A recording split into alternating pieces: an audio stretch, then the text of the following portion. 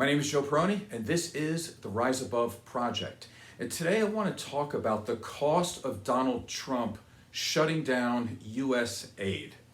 But first, before I do that, I want to make mention here of this great background that I have.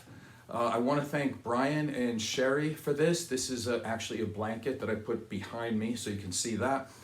I'm going to have to figure out a way to maneuver the camera here so you can see both of my dogs. So right here is Kubi, and on Tuesday it'll be 6 weeks since he died. And this is Nelson over here. You'll be able to see him next time because I'll move the camera.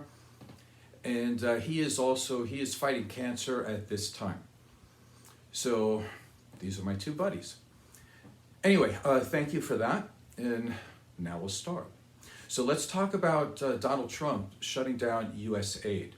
So one of the reasons why he wants to do this is because they're looking into government waste. Now, I don't think there's anyone among us who is going to argue that there's not some level of government waste. So we all agree on that. However, is Donald Trump really serious about cutting government waste?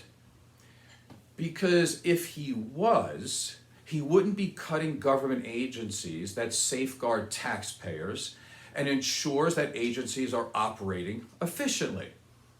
So how does that make sense to anybody? Could it be that Donald Trump is trying to lie again, which he seems to do on a regular basis? Do you think cutting medical research actually saves money in the long run? Absolutely not. Do you think cutting financial aid and Pell Grants, do you think that saves money in the long run? I mean, who needs Pell Grants? Who needs financial aid? Poor people, right? Or middle class people that need help going to college because they don't have mommy and daddy paying for all their stuff. So what's the commonality in all of these cuts? What happens is it ends up hurting or killing poor people. So yes, there is a war out there, and the rich are winning. I mean, you don't hear him suggesting that rich people pay more taxes, do you? You'll never hear that. As a matter of fact, his big, beautiful bill, if you want to call that, is another windfall for rich people at the expense of poor people. So let's get back to U.S. aid. Trump says that U.S. aid has little to show for the money it's spent. Well, let's take a look at that. The average taxpayer pays 18 cents per day to fund U.S. aid. A little bit of math here, that's $65 a year. That's it. So what do you get for your $65? Well, 91 million lives have been saved in the last 20 years. Sounds like a pretty good investment to me. Let's continue.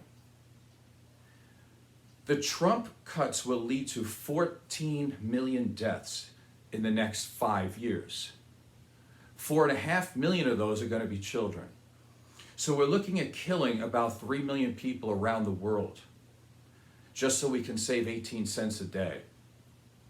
But we're not really saving that because then we're going to funnel that money back into rich people.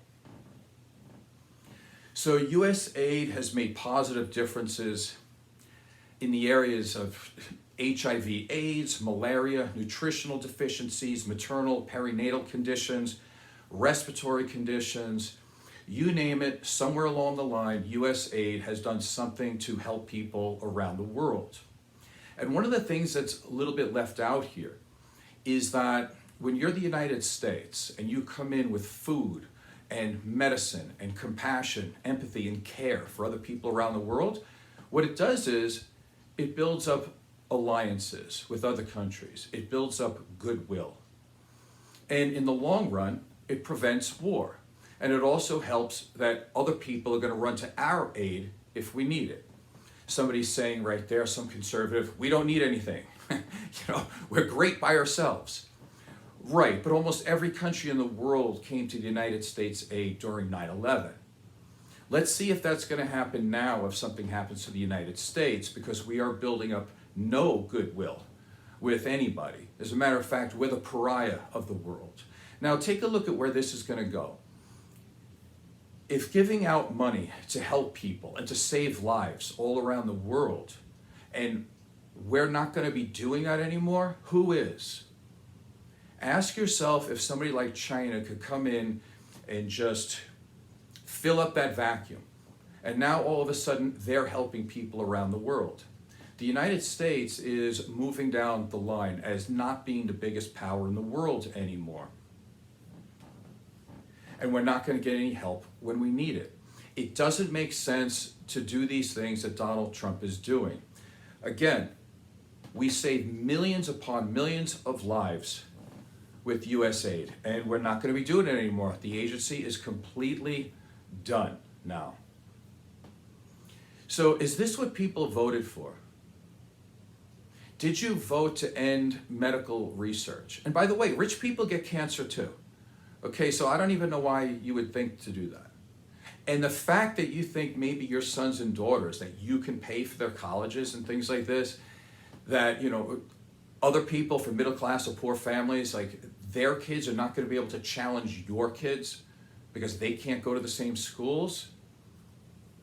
It just screams out that you don't believe in American meritocracy, or you believe your kids are generally so, let's say, they're not as smart and as good as you think they are because they can't handle competition. So you're trying to erase the competition. The problem is you're not really an American citizen who loves their country, right? Because if you were, you would want all people to do well. You wouldn't just want your kid to do well and then screw the other people in the country. So overall as a country, we're falling down. But you don't care about that. So right now, these Trump supporters, I don't know, did you vote for this? You obviously did. We're willing to kill millions of people a year now. Not just around the world, because this big beautiful bill also kills people in the United States. So we're going to kill people abroad, and now we're going to kill people domestically too. And why are we going to do that? So we can save some money. Great, so we're going to save some money. But are we? Because we're not really saving that money. We're giving it back to the rich. So we're not actually doing anything constructive with it. We're just hurting the country and hurting people. So I hope you're happy with yourselves. My name is Joe Peroni. This is the Rise Above Project. Please subscribe and tell a friend. Thank you. By the way, again, thank you, Brian and Sherry. This is Kubi. And this is Nelson. I'm going to move the camera next time so I can see him too. All right. See you next time.